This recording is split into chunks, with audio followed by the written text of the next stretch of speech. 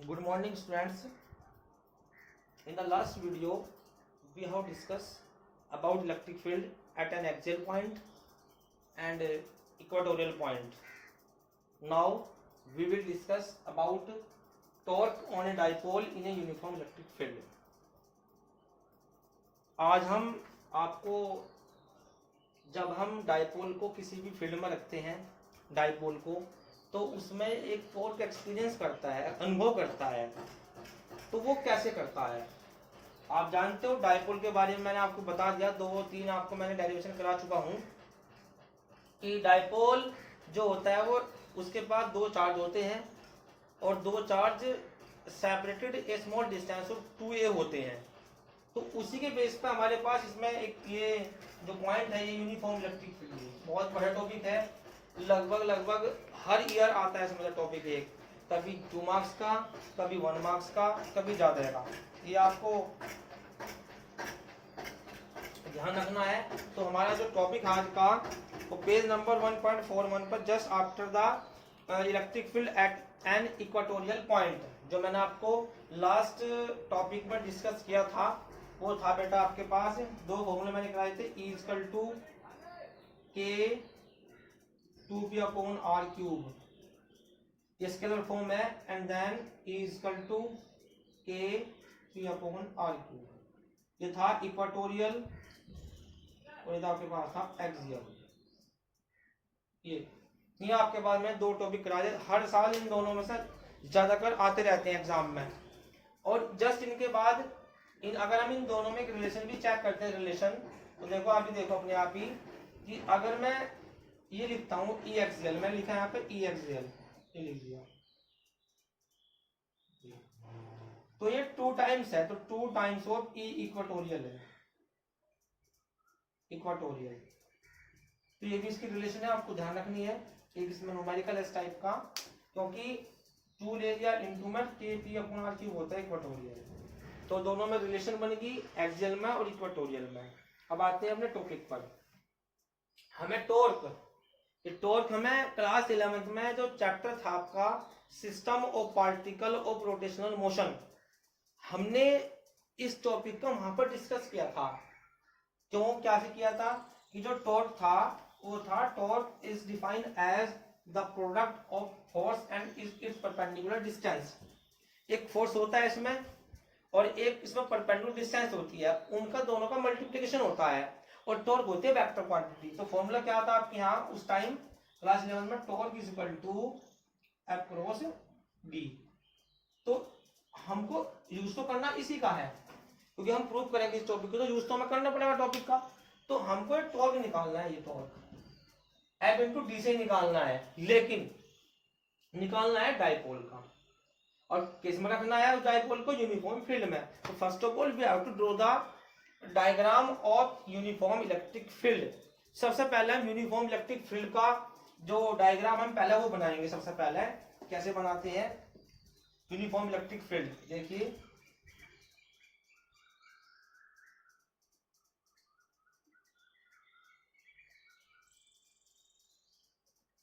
जिसकी डायरेक्शन और मैग्नीट्यूड बिल्कुल सेम होता हो, ऐसे। ये है बेटा यूनिफॉर्म इलेक्ट्रिक फील्ड। इसका हम कितनी जगह यूज करेंगे? अभी बहुत जगह, 12th फिजिक्स में uniform electric field, uniform magnetic field, लेकिन फील्ड लाइंस यही होती हैं, इन्हें बोलते हैं इलेक्ट्रिक फील्ड लाइंस इस यहाँ पर। तो इसका हमारे पास क्या होता है, ये होता है ई।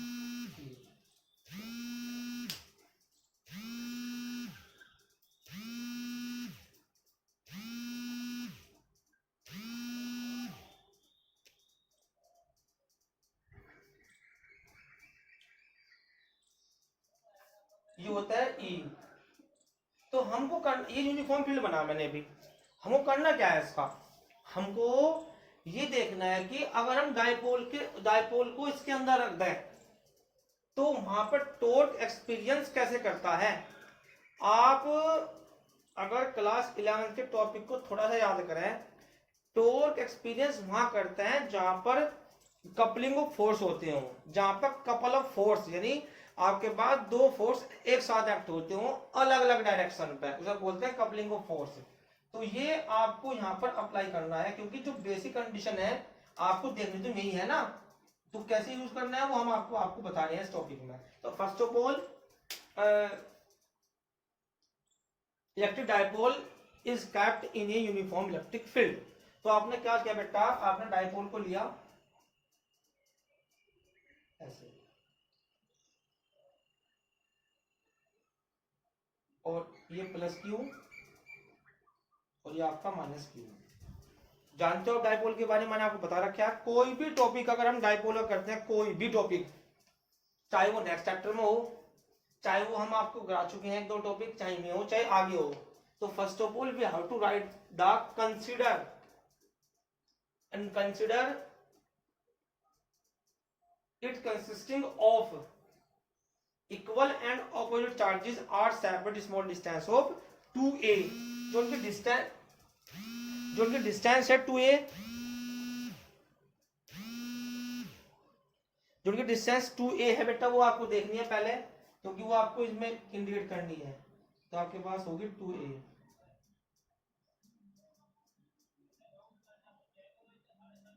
ये होगा 2a। ये डायपोल है।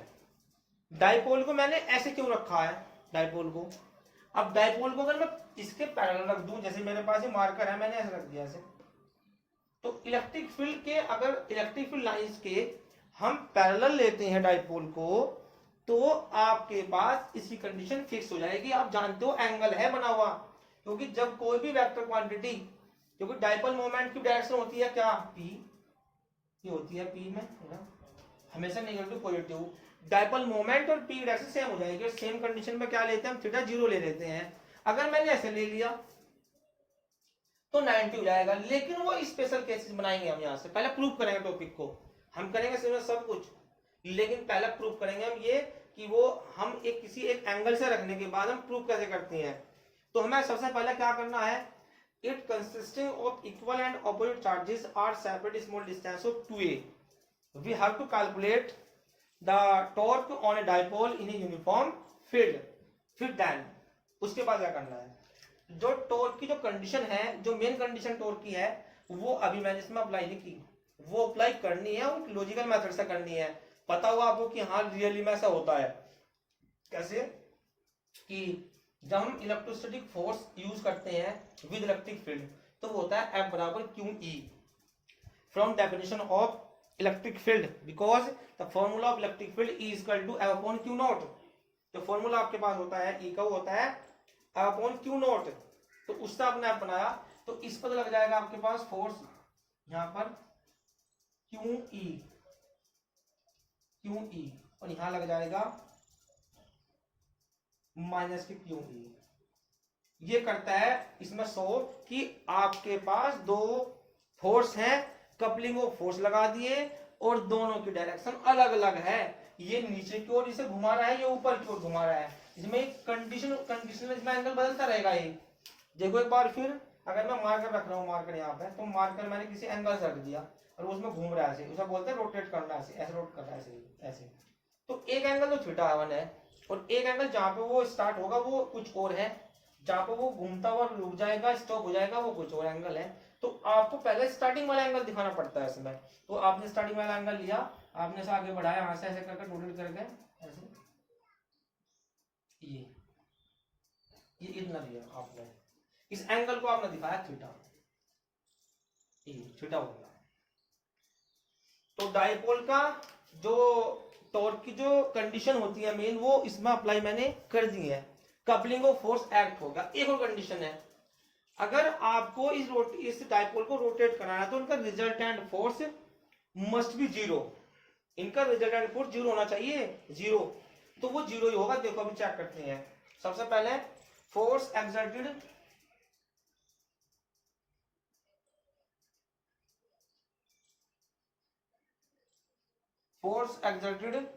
ऑन चार्ज प्लस क्यू को जो लगाएगा वो है बाई इलेक्ट्रिक फील्ड E, ये इसमें इंपोर्टेंट सेंट है, बाई इलेक्ट्रिक फील्ड E।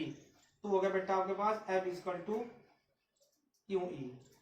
ऐसे ही बिल्कुल सेम आपने क्या अप्लाई किया बेटा, आपने अप्लाई किया आई F1 हो गया, ये F2 अप्लाई कर दिया माइनस क्यू ई, यहाँ लिख देंगे force exerted on charge minus Q by electric field E, resultant force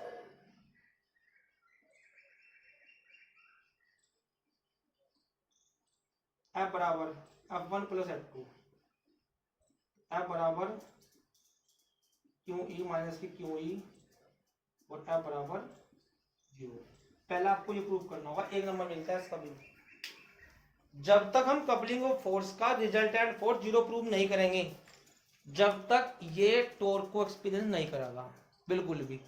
तो आपके पास F कितना हो गया, F बराबर 0 क्यों हुआ है, एक इसका मीनिंग है जो पॉजिटिव है डाउनवर्ड में नीचे की ओर, जैसे कि मेरे पास ये मार्कर है, सही जो तरीके है घुमाने की, मैं यहाँ से पकड़ता हूँ, यहाँ से पकड़ता हूँ, यहाँ से ऐसे, और मैं ऐसे घुमा रहा हूँ उसमें ऐसे, और जैसे मैं इधर को लगा रहा हूँ फोर्स इतना मैं ऊपर को भी लगा रहा हूँ, तो इसलिए माइनस का लिया। जो वर्टिकली अपर डायरेक्शन में है फोर्स वो माइनस का, और जो डाउनवर्ड में वो पॉजिटिव। उसके बाद फिर क्या करते हैं आगे देखो, जो ये टॉपिक हमारा टॉर्क का, टॉर्क पाती है तो फॉर्मूला है टॉर्क का, वो होता है torque equal to M into D. F तो होता है आइदर फोर्सेज और मैग्नीट्यूड, जो इसमें दो फोर्स लग रहे हैं उनका कोई सा एक का मैग्नीट्यूड ले लो, और डी होता है perpendicular distance electric field lines पे। तो क्या किया आपने, इस वाले क्यू से यहाँ परपेंडिकुलर ड्रॉ कर दिया, ये थीटा है, ये डिस्टेंस आपको बतानी है, या आप समझ लेंगे डी है आपके पास डी, तो इसे आपको कैलकुलेट करना है। कैसे करना है, ये पी है परपेंडिकुलर, ये हाइपोटेनियस है, ये आपके पास बनेगा बेस। ऐसी रिलेशन चेक करते हैं जो पी और हाइपोटेनियस में होती है, वो होती है साइन थीटा। तो साइन थीटा बन गया, साइन थीटा बराबर हो गया पी अपॉन एच, और एच कितना है आपके पास 2a, तो बेटा आपके पास हो गया, ये बन गया आपके पास, ये आपके पास होगी 2a sine theta, 2a sine theta निकाल सकते हो आप साइन थीटा से। तो नाउ जब ये फोर्स डाइपोल पर 0 हो गया, उसके बाद फिर क्या करते हैं टॉर्क, उसके बाद लिखते हैं टॉर्क F इंटू डी, और F इंटू डी का मीनिंग F क्या हो गया, F को लेना है आपको आइदर फोर्स और मैग्नीट्यूड, इन दोनों में किसी एक फोर्स का मैग्नीट्यूड लेना है, तो क्यू ई इंटू डी हो गया 2a sine theta, Q into 2a into E sine theta. ये आप जानते हो डाइपोल मोमेंट, बताया मैंने आपको, dipole moment is the product of either charges and its small distance of 2a होता है पी, पीई साइन थीटा, और ये क्या होगा बेटा टॉर्क। ये आपके पास प्रूफ हो गया टॉर्क का formula PE sine theta, then in vector form P cross E, P cross E, ये तो torque is a vector quantity. कहां से लिया मैंने, as you all know that A cross B बराबर A B sine theta and A dot B बराबर A B cos theta, तो मैंने लिया है A क्रॉस B से, A क्रॉस B बराबर ए बी साइन थीटा हो जाता है, तो उसके बेस से मैंने ले लिया। अब इसके स्पेशल केसेस हैं बहुत इंपॉर्टेंट।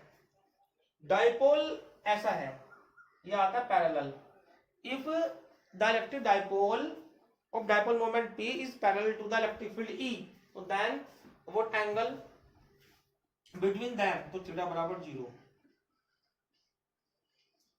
अगर डाइपोल मोमेंट P E के पैरेलल है, E के पैरेलल है, तो थीटा बराबर 0, थीटा बराबर 0 पर साइन 0 0 हो गया, तो टॉर्क कितना आ गया बेटा 0 हो गया। ये कभी कभी एग्जाम में ये भी आता है कि टॉर्क की वैल्यू डाइपोल को रोटेट कराते हुए मिनिमम कब होती है, मिनिमम, तो मिनिमम थीटा बराबर 0 पर ही होती है।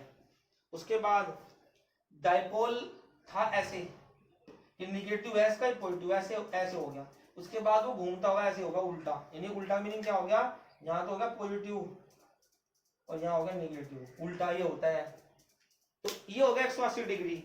तो साइन 180 कितना होता है, साइन 90, साइन 90 की वैल्यू क्या होती है 0, तो n की पैरेलल भी साइन टॉर्क इक्वल टू 0 जाएगा, क्या आएगा 0। बहुत बड़ी चीजें हैं ये, तो अगर कोई आपसे क्वेश्चन करता है कि मिनिमम कब होगा, तो थीटा बराबर 0 पे मिनिमम होगा, तो थीटा बराबर 180 भी मिनिमम ही होगा। उसके बाद डाइपोल यहाँ तक आ गया, फिर वो ऐसे हो गया परपेंडिकुलर, तो जब वो परपेंडिकुलर आएगा तो थीटा बराबर कितना हो गया 90 आपने यहाँ रख दिया, पुट कर दिया, तो टोर्क होगा आपके पास पीई, और पीई की वैल्यू आ गई, इसे बोलते हैं मैक्सिमम, ये हो गया, तो टोर्क होगा मैक्सिमम। तो डाइपोल की 3 कंडीशन बहुत इंपॉर्टेंट है। अगर वो पैरेलल हो इलेक्ट्रिक फील्ड ई के, थीटा बराबर 0, वो एंटी पैरेलल है यानी उल्टा रखा हुआ हो फील्ड के अंदर, तो फिर भी थीटा बराबर 180 डिग्री, और टॉर्क कितना होगा 0। अगर वो 90 डिग्री पे हो तो मैक्सिमम होगा, तो टॉर्क इक्वल टू पीई। ये लिया मैंने स्केलर फॉर्म से। यहाँ पर टॉपिक कंप्लीट हो गया। ये ध्यान रखना है, डायग्रामिकली बहुत आते हैं पेपर में ही, 2 साल पहला 2 नंबर में आता है क्वेश्चन कि आप डाइपोल को एक बात रखो पैरेलल, तो निगेटिव उधर लेना है, पॉजिटिव उधर लेना है इलेक्ट्रिक फील्ड ई के। जैसे कि ये डायग्राम देखो, ये लिया, ये इलेक्ट्रिक फील्ड ई हो गया, ये ऐसे करके ये हो गया ये, और आप डाइपोल को यहाँ रख दिया, ये पैरेलल पे है, थीटा बराबर 0 पे है। अगर यही एंटी पैरेलल पे हो, तो एंटी पैरेलल पे ये प्लस और ये आपका माइनस, ये ध्यान रखना बहुत इंपॉर्टेंट है। 2 साल कंटिन्यू आया है क्वेश्चन, 2 साल 90 डिग्री पे आपको पता है 90 डिग्री पे ये ऐसे होगा, ये ऐसे ऐसे हो जाएगा, तो ऊपर जाएगा पॉजिटिव, ऐसे ये पॉजिटिव और ये आपके पास नेगेटिव। तो ये 3 कंडीशन इसके हैं, तीनों इंपॉर्टेंट है। इसके बेस पे 1-2 में न्यूमेरिकल्स हैं, बहुत इंपॉर्टेंट है। एग्जाम्पल सारे जब जो बोर्ड में आ रखे हैं आपके, जैसे क्वेश्चन नंबर आपका है यहाँ पे सेकंड अनसॉल्व प्रॉब्लम, बहुत इंपॉर्टेंट है, इसे करते हैं इसी के बेस पे है, इसी के बेस पर। एग्जाम्पल नंबर सेकंड, जो क्या क्या गिवन है, क्या क्या करते हैं इसमें। An electric dipole of dipole moment, dipole moment है इसमें कितना बेटा, क्वेश्चन नंबर 2, यह न्यूमेरिकल आपके पास है, P इज इक्वल टू कितना डाइपोल मोमेंट 4 10 की power -5 coulomb metre. Coulomb metre क्यों आया है, क्योंकि डाइपोल मोमेंट आप जानते हो वो होता है Q×2A, तो क्यों की होगी कूलम और इसकी ए की होगी मीटर। ये होगा आपके पास गिवन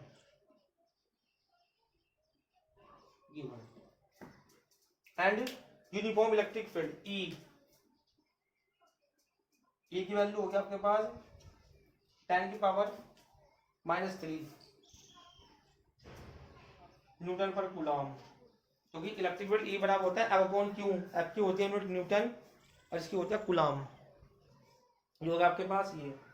एंड एंगल थीटा बराबर 30 degree with direction of the field to determine the torque exerted by the electric field on a dipole we have to calculate the torque, तो आपको टॉर्क बताना है, तो PE sin थीटा, P की value कितनी है बेटा 4, इलेक्ट्रिक फील्ड E -3 और sin 30,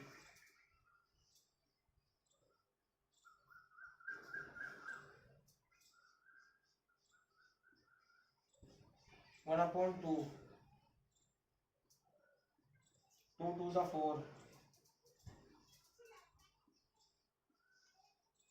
हम निकाले टॉर्क, तो टॉर्क की यूनिट क्या होती है F/D, F होता है न्यूटन मीटर आएगी F/D।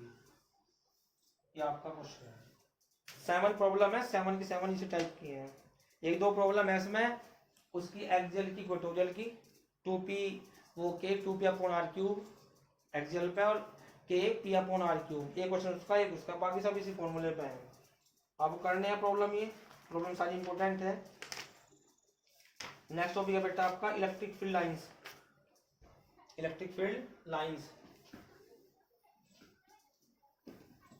बहुत इंपॉर्टेंट टॉपिक है ये भी आगे, मतलब इसकी जो प्रॉपर्टीज है ये इलेक्ट्रिक फील्ड लाइंस टॉपिक आपका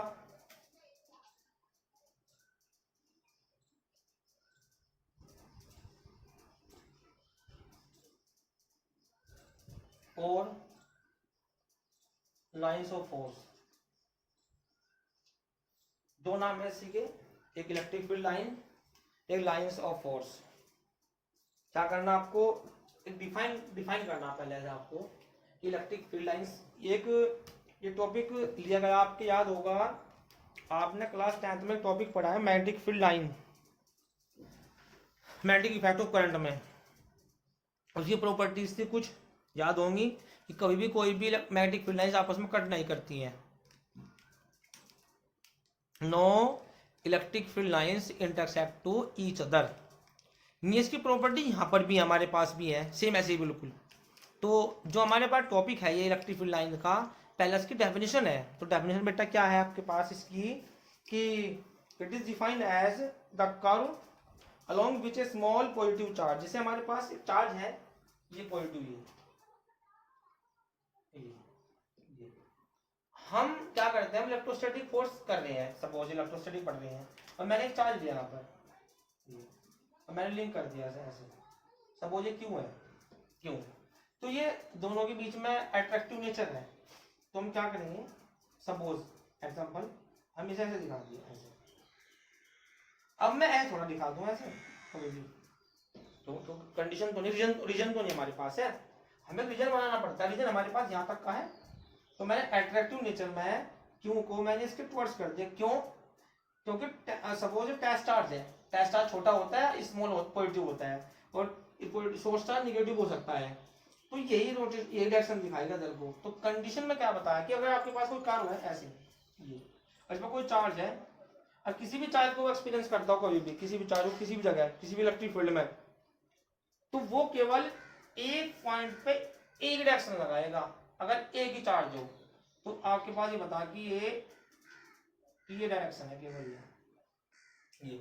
तो हम कह सकते हैं कि जैसे कि मैथमेटिक्स में सर्कल है आपके पास, सर्कल में कभी भी किसी भी एक पॉइंट पर दो टैंजेंट ड्रॉ नहीं होते हैं, तो ऐसे ही एक ही पॉइंट पर यहाँ की दो इलेक्ट्रिक फील्ड लाइंस नहीं बनने की। एक चार्ज के लिए दो चार्ज होंगे, तीन होंगे, चार होंगे तो बन जाएंगे, लेकिन हम काम करते हैं इलेक्ट्रिक फील्ड में।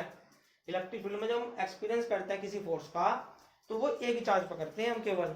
तो स्टेटमेंट क्या दिया बेटा इसमें, तुम्हारी बुक में जो स्टेटमेंट है वही बता रहा हूँ आपको मैं, कि electric line of force is defined as the curve along which a small positive charge would tends to move when free to do an electric field and tangent to which any point give the direction of the electric field at that point। किसी भी point पर किसी भी direction को एक ही बार show करता है, जैसे को टेंजेंट करता है, तो आपके पास इलेक्ट्रिक फील्ड लाइंस होती है। इलेक्ट्रिक फील्ड लाइंस की प्रॉपर्टीज बहुत इंपॉर्टेंट है, जैसे कि एक तो जानते भी आप, electric line of force continuous smooth curve without any break, कभी ये ब्रेक नहीं होती आपस में, और एक कंटिन्यूअस कर्व बनाती है। और नंबर 2 बहुत important, no two lines of force can cross to each other, आपस में कोई भी इलेक्ट्रिक फील्ड लाइंस, कोई भी दो टैंजेंट कभी एक पॉइंट पर ड्रॉ नहीं होते हैं। तो ये आपके पास की प्रॉपर्टी है, ये आपको पढ़नी है। उसके बाद फिर इलेक्ट्रिक फील्ड लाइंस का एक पैटर्न है डिफरेंट चार्ज कंडक्टर के लिए। जैसे कि पहला है इलेक्ट्रिक फील्ड लाइन, प्रॉपर्टी पढ़ने के बाद फ्रॉम पॉजिटिव पॉइंट चार्ज,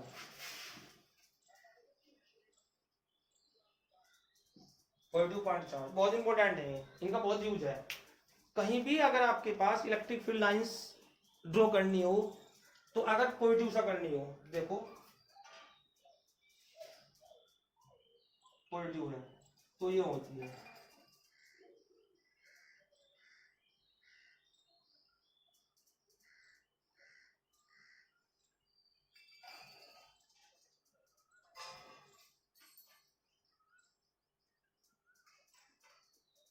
ये होती है। हमेशा क्या बताया है कि इलेक्ट्रिक फील्ड लाइंस जो होती हैं पॉजिटिव पॉइंट चार्ज से, वो हमेशा रेडियली आउटवर्ड होती हैं, आउटवर्ड, और दे बिलोंग्स टू इन्फिनिटी, ये इनकी जो कंडीशन है वो इन्फिनिटी से बिलोंग कर सकती है। अगर आपके पास ये नेगेटिव चार्ज है तो दे स्टार्ट फ्रॉम इन्फिनिटी,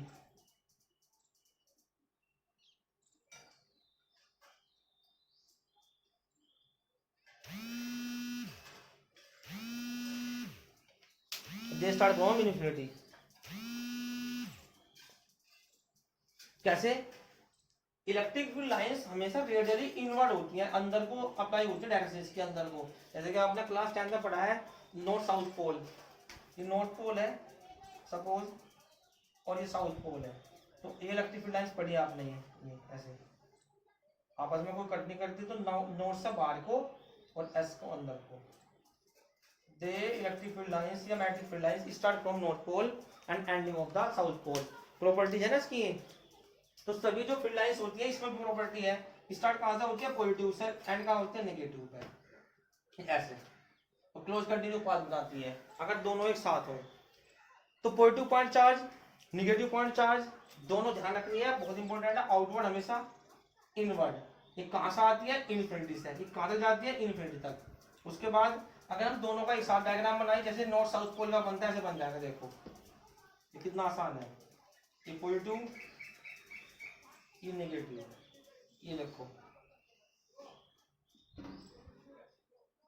ये हो गया।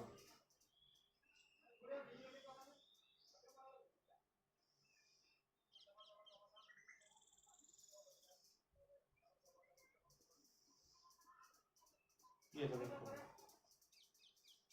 ये रहा इनवर्ड, ये रहा आउटवर्ड।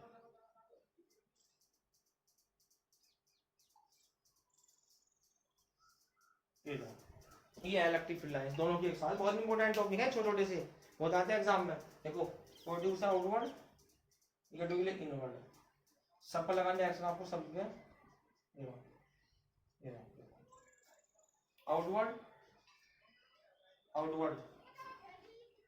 तो ये है मेन चीज आपके पास, तो ये ध्यान रखना आपको। पॉजिटिव पॉइंट चार्ज से जो इलेक्ट्रिक फील्ड लाइंस होती है हमेशा आउटवर्ड होती है और निगेटिव के लिए इनवर्स होती है। इंपॉर्टेंट है बहुत, ध्यान रखना आपको इसका। और बेटा